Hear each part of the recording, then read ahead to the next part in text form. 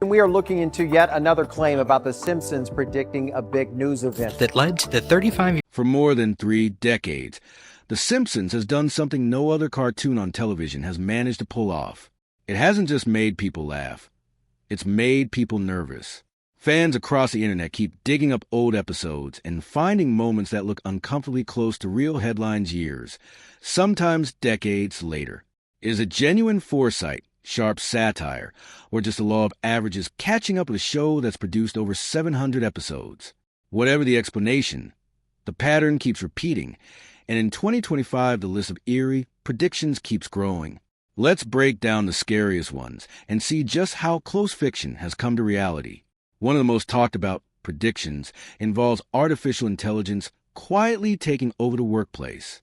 Long before ChatGPT became a household name, the show tackled the anxiety of automation head-on. In an episode where the Springfield nuclear plant's miserly owner replaces his human workforce with robots, he delivers a line that has aged in a way nobody expected. He explains to the employees that they'll be the ones training their robotic replacements, right before those same replacements make them obsolete. Watch the clip today, and it plays less like a joke and more like a warning label. Fast forward to now, and the parallels are hard to ignore. Companies are using generative AI to write code, draft contracts, generate marketing copy, and even produce artwork, tasks that used to require entire departments of humans. Warehouses are testing autonomous robots. Customer service centers are swapping human reps for chatbots. The unsettling part isn't that a cartoon joked about automation. It's that the specific mechanism the show mocked, humans unknowingly training the system that replaces them, is exactly what's happening with large language models trained on human-generated content. The show didn't stop at economic anxiety, either.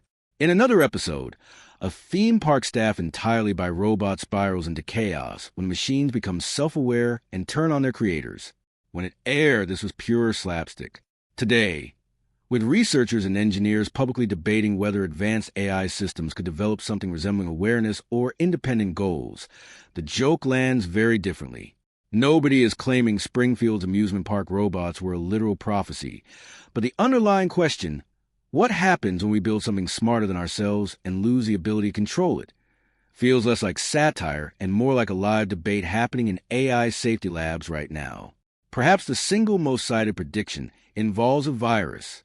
In an early 90s episode, a shipment of tainted juice arrives in Springfield from Japan, having been contaminated by a sick factory worker overseas. The town is placed under quarantine once the illness spreads, complete with panicked citizens and overwhelmed authorities. When COVID-19 emerged from an outbreak overseas and spread globally through international trade and travel networks, viewers immediately dug up this old episode and drew the comparison. To be fair, the show's own writers have downplayed the connection, explaining in interviews that the storyline was inspired by real historical flu outbreaks from decades earlier, not some crystal ball. That a reasonable explanation? Pandemics caused by novel viruses spreading from a single origin point are, unfortunately, a recurring feature of human history, and it doesn't take psychic powers to write a story about one. Still, the visual similarity between a fictional outbreak traced to a shipment from Asia and the real pandemic that reshaped the entire planet is exactly the kind of coincidence that keeps this theory alive online. Another moment that gets resurrected every time international tensions spike is an episode from the show's earliest seasons, where the family patriarch mistakes a minor disturbance for the start of a new world war and frantically herds everyone into a bomb shelter. In the late 1980s, with the Cold War still very much alive, this was an obvious punchline about nuclear paranoia. But with ongoing conflict in Eastern Europe, instability in the Middle East, and rising friction between major global powers, that old joke has taken on a heavier tone for modern viewers. It's worth being clear-eyed here. The world has weathered plenty of tense standoffs since the 1980s without escalating into a Third World War, and geopolitical anxiety has been a constant backdrop for the entire history of the show. But there's something to the fact that The Simpsons has always used exaggerated fear of catastrophe as a comedic device. In an era where headlines about troop movements, sanctions, and cyber attacks between nuclear powers appear on a near-weekly basis, that exaggeration doesn't feel quite as exaggerated anymore. Economic anxiety is another recurring theme the show returns to again and again, and one particular episode from the early 2000s imagined a future America grappling with a financial crisis.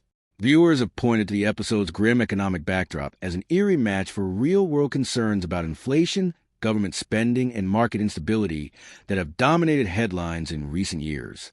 Trillions of dollars in stimulus spending, rising interest rates, and warnings from economists about a potential recession have all fueled comparisons between the fictional Springfield of the future and the real economy people are living through today. Whether or not the writers were doing anything more than extrapolating obvious economic trends is up for debate. After all, warning about debt and inflation is hardly a niche prediction in economic commentary. But the specificity of some of the episode's imagery has been enough to keep the theories circulating every time a new economic headline breaks. Not every prediction is doom and gloom. Some are just delightfully strange visual coincidences. During a mid-90s episode where one of the Simpson children takes a school trip to London, eagle-eyed fans later notice something odd lurking in the background of an animated skyline shot. A tall, angular glass structure that bears a striking resemblance to the Shard, the glass skyscraper that now dominates London's skyline. The catch is that the Shard wasn't even proposed until years after the episode aired, and it wasn't completed until 2012. Architecture nerds have pointed out that London had other tall, angular buildings in various stages of planning around that time, and animators often invent generic futuristic skylines without referencing specific real-world blueprints. Still, the resemblance is close enough that it's become one of the most shared gotcha images in Simpsons prediction discourse. Few entertainment tragedies shocked the world quite like the 2003 onstage attack involving legendary Las Vegas performer Roy Horn, and one of the white tigers used in his and his partner's iconic magic act. What makes this one eerie is that a full decade earlier, the show had already parodied the duo with an exaggerated animal act performance featuring two flamboyant entertainers and their big cats. Nobody could have predicted the specific real-world tragedy that would follow, and comedy writers poking fun at a famous, flashy Vegas act featuring exotic animals isn't exactly a stretch of the imagination, but the timing and specificity of the parody, followed years later by a real incident involving one of the animals turning on its trainer, is exactly the kind of dark coincidence that fuels these theories. Flying cars have been a symbol of the future in science fiction for generations, and the show has poked fun at that trope more than once, imagining commuters zipping through the sky in personal aircraft. For decades, it stayed firmly in the realm of fantasy. But in recent years, companies have actually started producing functional prototypes of roadable aircraft, vehicles that can drive on public roads and then transform into small planes capable of takeoff and flight. These vehicles remain expensive, require pilot training, and are nowhere near mainstream adoption, but the fact that a flying car is now a real, purchasable, if extremely niche, product rather than pure fantasy is enough to make the show's old jokes feel less like fiction and more like an early glimpse of where transportation technology is heading.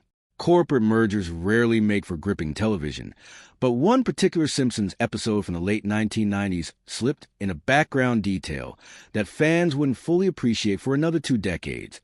A shot that casually implies the studio behind the show is part of a much larger entertainment conglomerate.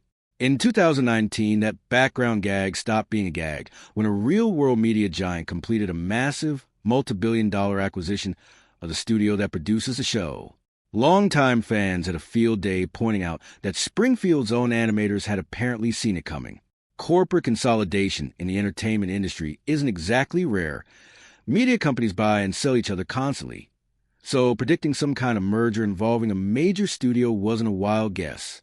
What makes this one stand out is the specificity. The show didn't just joke about a generic merger. It specifically implied its own parent studio would end up owned by the very company that eventually acquired it. Space exploration gets the Simpsons treatment in an episode where the entire family embarks on what's billed as humanity's first colonization mission to Mars, only to discover the whole thing is an elaborate hoax. Buried in the episode is an offhand suggestion that real Martian colonization might become a reality by the early 2050s. That timeline lines up surprisingly well with the ambitions of real aerospace companies currently developing reusable rockets, specifically designed for crewed missions to Mars, with executives publicly floating timelines that, while frequently delayed, still point toward the same general era the show joked about. Nobody has landed on Mars yet, and the odds of hitting that exact window are far from guaranteed. But the show's flippant guess is aging better than most serious predictions made around the same time. In an early 90s episode, one of the show's inventor characters unveils a bizarre gadget that claims to translate a baby's cries into plain English. At the time, it was played purely for laughs, a ridiculous machine promising to solve one of parenting's oldest mysteries. Decades later, several real companies have released devices and smartphone apps that use audio analysis and machine learning to interpret why a baby might be crying, whether it's hunger, fatigue, or discomfort. These products are far from perfect, and their accuracy is debated by pediatric experts. But the basic concept the show mocked as absurd technobabble is now sitting on store shelves. Virtual reality has come a long way since it was a punchline about goggles and motion sickness. And one episode imagined a character experiencing an elaborate, fully customized virtual meal tailored to her exact cravings. It sounded like pure fantasy at the time. Today, high-concept immersive dining experiences exist in real cities, pairing elaborate meals with virtual reality headsets that transport diners to entirely different locations while they eat: mountain peaks, ocean floors, outer space. These experiences remain expensive novelties rather than everyday dining options, but the basic premise the show imagined as a joke is now an actual, bookable experience. Long before holographic displays became a serious area of consumer tech research, the show featured a storyline built around a device capable of projecting visions of the future, including a holographic party invitation. Today, several companies manufacture desktop hologram projectors that blend physical objects with three-dimensional digital visuals, and holographic concert performances featuring deceased or otherwise unavailable musicians have become a genuine, if controversial, part of the live entertainment industry. We're still a long way from the seamless holographic communication seen in science fiction, but the gap between the show's fantasy tech and real consumer products keeps shrinking. True to the show's love of over-the-top Halloween specials, one memorable segment involves a malfunctioning particle accelerator tearing open a black hole and swallowing an entire town. It's classic horror comedy exaggeration, never intended to be taken seriously. Coincidentally, real particle physics research has continued to advance in the years since, with major observatories and space telescopes making genuine breakthroughs in black hole research, including capturing the first-ever direct image of a black hole's event horizon. None of this poses any actual danger to Earth. Physicists are quick to point out that a black hole exerts no more gravitational pull than a star of equivalent mass, but the show's absurd doomsday scenario keeps resurfacing every time a new black hole headline makes the news. In a flash-forward sequence exploring one of the Simpson children's possible future, a psychic reveals a vision of a library staffed by a helpful robot assistant instead of a traditional human librarian. It read as a throwaway sight gag at the time. Years later, University Robotics Labs actually built prototype library assistant robots designed to help patrons locate books and navigate massive collections, and some of them bear an uncanny resemblance to the friendly robotic librarian imagined by the show. Robot librarians are still a novelty rather than the norm, but the concept has moved from pure fiction to functioning prototype. Years before any major tech company released a mixed reality headset promising to blend digital content with the real world, an episode showed a wealthy character strapping on a bulky VR headset to interact with a simulated version of his own family, resulting in chaos as people stumble around bumping into real-world obstacles while lost in the virtual one. When a major tech company eventually released its own high-end mixed reality headset, complete with promotional videos showing people navigating both digital and physical spaces simultaneously, fans immediately noted the resemblance to the show's earlier gag about the dangers of losing track of reality while immersed in a headset. Sports and scandal collide in an episode where a beloved but hapless character is roped into serving as a World Cup referee, and the storyline includes both a specific prediction about which country lifts the trophy and a subplot involving a shortage of qualified referees caused by sweeping corruption within international soccer's governing body. Both threads ended up eerily mirroring real events. The country the show predicted did go on to win a real World Cup title, and years later international soccer's governing body was rocked by a genuine corruption scandal involving bribery and fraud charges that dominated headlines and led to raids and arrests. Predicting a champion in a mainstream global tournament is a reasonable guess with decent odds, and corruption scandals in international sports organizations are, unfortunately, not a rare occurrence. But landing on both details in the same storyline is a genuinely striking coincidence. Not every eerie coincidence involves technology or disaster. Sometimes it's something quieter. An early episode features a subplot about a member of a famous band being buried under a mountain of decades-old fan mail. Years later, a real member of one of the most famous bands in history responded, with good humor, to a fan letter that had been sent to him decades earlier and somehow resurfaced after being lost for years.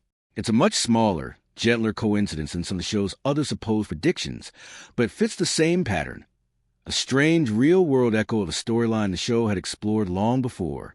Taken individually, most of these moments have a reasonable, non-mystical explanation. The show has produced hundreds of episodes over more than 3 decades, tackling nearly every corner of technology, politics, pop culture, and science fiction along the way.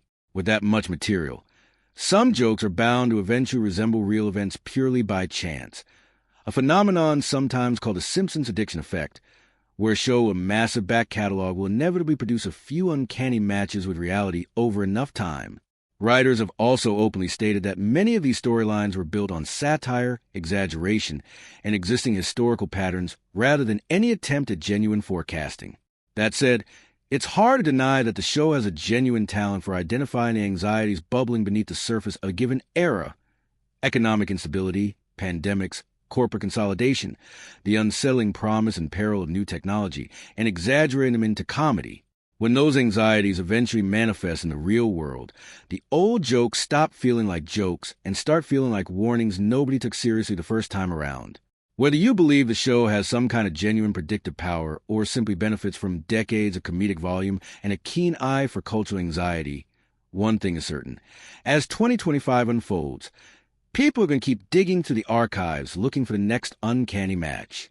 Given the show's track record, they probably won't have to look very hard.